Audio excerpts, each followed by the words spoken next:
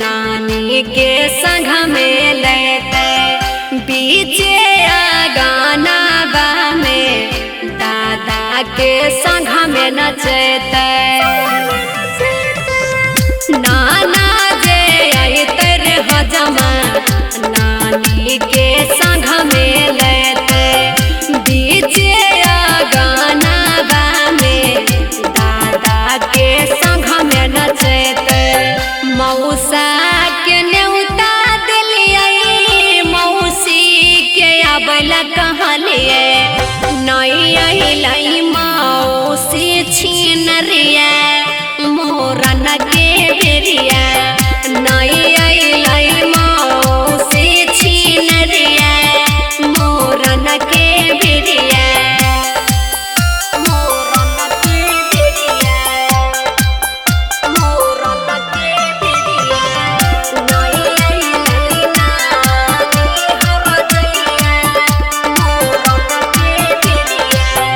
मामा के न्योता दिलिए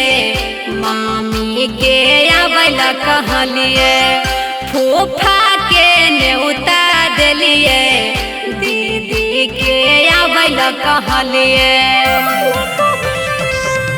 मामा के न्योता दिलिए मामी के अबला कहलिए फूफा के न्योता दिलिए